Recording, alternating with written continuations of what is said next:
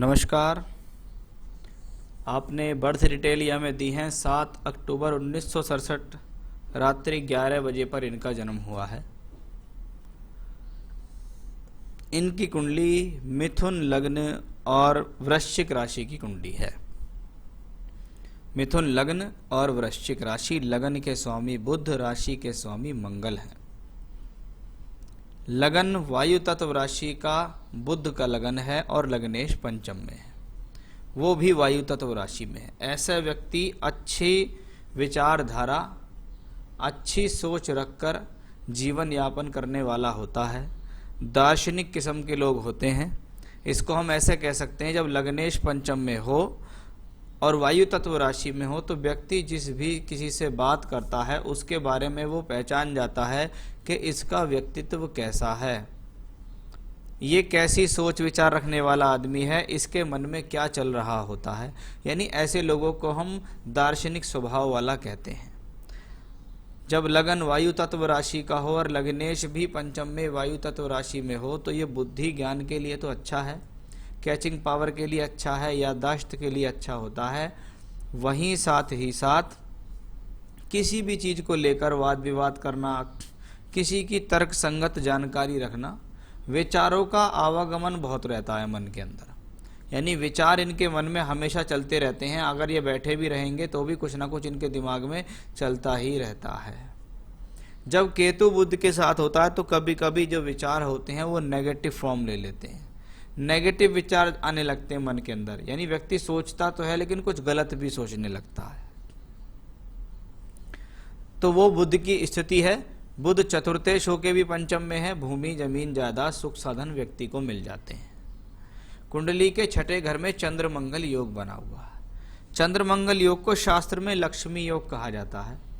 लेकिन जब ये चंद्र मंगल योग छठे घर में हो, जहाँ चंद्रमा तो नीच का हो, मंगल स्वराशि का हो, चंद्रमा का नीच भंग मंगल कर रहा हो, तो एक तरफ चंद्रमा और मंगल दो धन भाव के मालिक हैं। ये अच्छा धन योग बना रहे हैं, इसमें कोई संदेह नहीं है। लेकिन जब ये धन योग छठे घर में बन रहा होता है तो जीवन में धन योग मिलने में समय लगता है।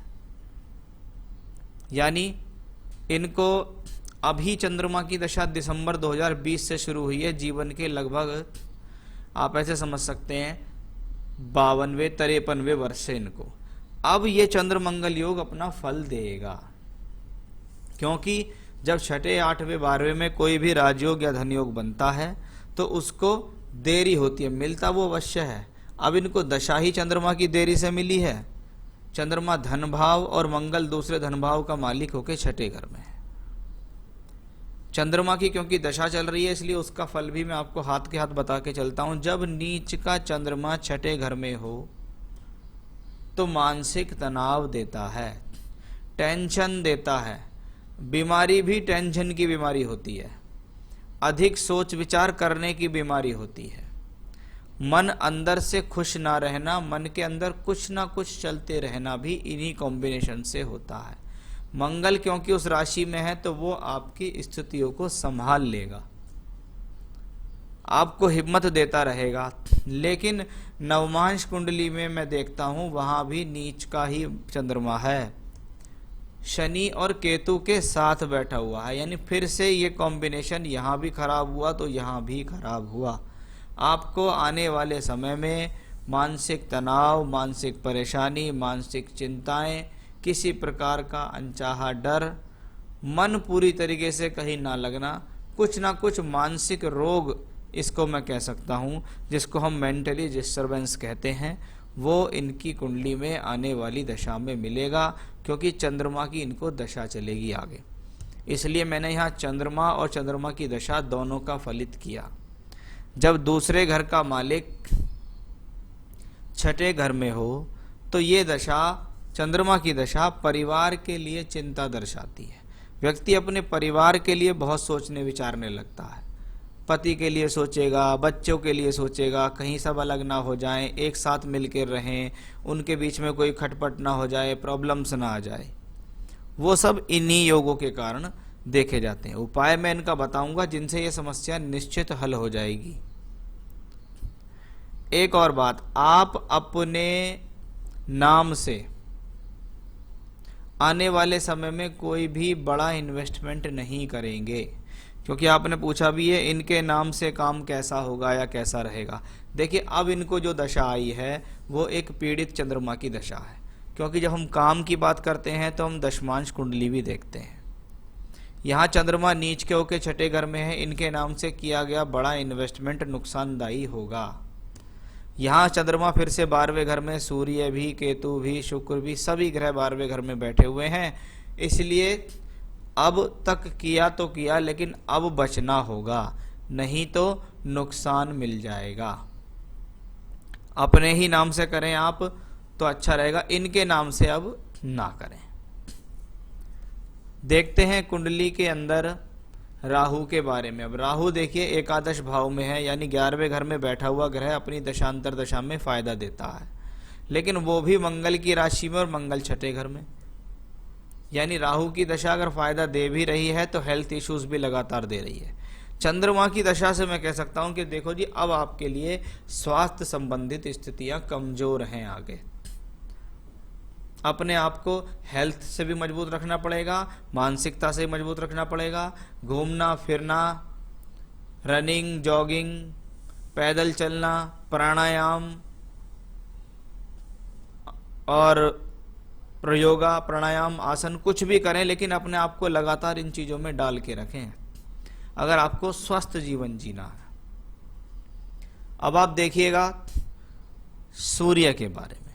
सूर्य तीसरे घर का मालिक होकर चौथे घर में जब कोई क्रूर ग्रह बैठे, उसके ऊपर शनि की दृष्टि हो, तो ये माता के सुख के लिए ज़्यादा अच्छा कॉम्बिनेशन नहीं माना जाता।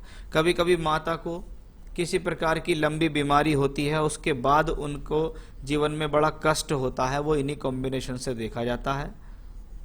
माता थोड़ी स्वभाव में अहंकारी हो जाती हैं, थोड़ा सा उनको जैसे जैसे उम्र बढ़ती है तो स्वभाव के अंदर उनका चिड़चिड़ापन आता है। सूर्य जब चौथे घर में होता है तो क्योंकि सूर्य अलगाववादी ग्रह है और वो भी तीसरे घर का मालिक है, तो ये ग्रह आपको जीवन में जब भी आएगा चिंता ही देगा, ज़्यादा बेहतर रिजल्ट मैं इसका मानूंगा नहीं। शनि दशम भाव में, भाग्य और अष्टम का मालिक जब दशम में बैठे, व्यक्ति कार्य करने के लिए तत्पर है, कार्य करने के लिए तैयार है।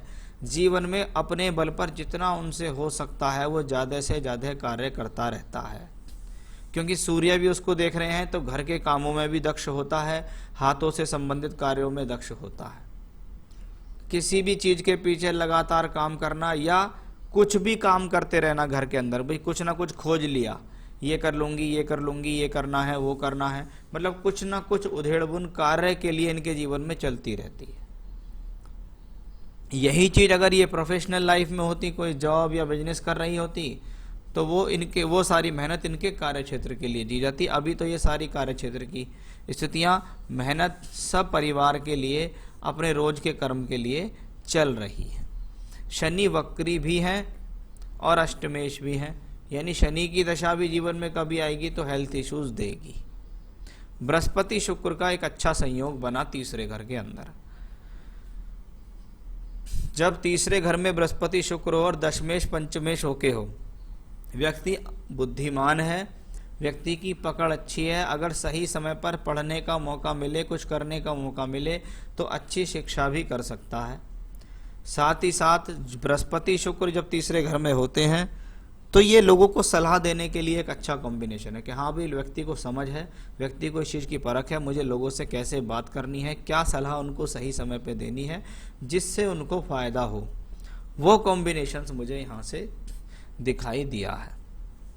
अब ये बृहस्पति शुक्र जब बृहस्पति तीसरे घर में हो, किसी प्रकार का कुछ लिखने का शौक, कुछ काम करने का शौक, हाथों से संबंधित कुछ बहुत अच्छा आता है, सिलाई है, बुनाई है, कढ़ाई है, सिंगिंग है, डांसिंग है, कुछ भी है, लेकिन ऐसा बृहस्पति क्रिएटिविटी होता है, कुछ सीखना, कुछ बुनना, कुछ बनाना।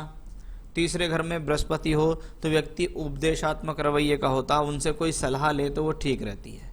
पंचमेश उसके साथ में है, संतान भी सहयोग होती है, संतान माता को सहयोग करने वाली होती है।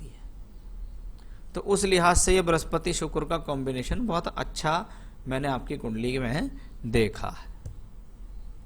तो प्लैनेटरी पोजीशन अच्छी है, सबसे अच्छी बात है लग्नेश मजबूत है। ये लग्नेश यहाँ का मालिक होकर पंचम में चर राशि में है, तो ये आयु के लिए, स्वास्थ्य के लिए ठीक होता है।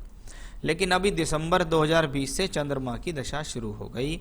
चंद्रमा के बारे में मैंने आपको बताया, लगन में भी ठीक नहीं, यहाँ भी ठीक नहीं और यहाँ भी ठीक नहीं। जब ग्रह की पोजीशन लगातार वर्ग कुंडलियों में ठीक ना हो, आने वाले समय में मानसिक तनाव से बचना होगा।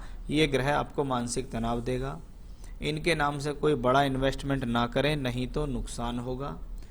आप अपनी जानकारी में किसी को कोई धन ना दें, नहीं तो वो धन लौटकर वापस नहीं आएगा। अपनी हेल्थ का ध्यान रखें, अपनी वेल्थ का ध्यान रखें, अपने आप को पॉजिटिव रखें, क्योंकि जितनी भी सारी आगे दशा 10 साल की आ रही है, इसमें आप तभी मजबूत रह सकते हैं जब आप अपने आप को मेंटली और फिजिकली मजबूत रहेंगे। घूमना फिरना शुरू कीजिए, योगा प्राणायाम शुरू कीजिए, योगा क्लासेस ज्वाइन कीजिए, श्वास पे ध्यान दीजिए, प्राणायाम पे ध्यान दीजिए। मानसिक तौर पे ओम नमः शिवाय का जाप ज़्यादा से ज़्यादा करिए। रोजाना जब सुबह उठें, नहाए धोएं तो पूजा करें। पूजा करते समय आप 3 बार रुद्राष्टकम का पाठ करेंगी। 3 पाठ लगातार रुद्राष्टकम के, और उसके बाद 1 बार हनुमान चालीसा का पाठ आपको करना है। ये 2 पूजा लगातार करनी है। सोमवार को भगवान शिव के मंदिर जाके शिव जी पे जल चढ़ाएं। रोज जा सकते हैं, रोज चढ़ाएं। ओम नमः शिवाय का मानसिक जाप करें, क्योंकि अब आपको बहुत ज़्यादा मेडिटेशन और मानसिक रूप से मजबूत होने की ज़रूरत है। तभी आप आने वाले समय में खुशहाल रह पाएंगी।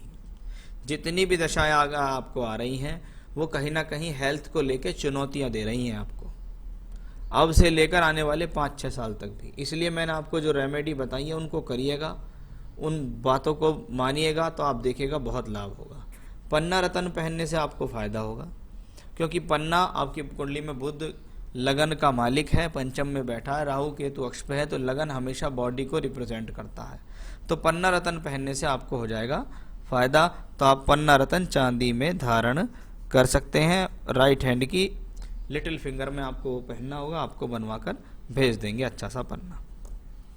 तो ये था आपकी हॉरोस्कोप का एनालिसिस, सवालों के जवाब। जितना मुझसे ज़्यादा बताया जा सकता, क्योंकि मैं दशा के बारे में ज़्यादा बात करता हूँ कि आने वाली दशाएं आपके लिए क्या क्या लेकर आ रही है। तो चंद्रमा की दशा है, उसके बारे में मैंने आपको खूब अच्छी तरह समझा दिया।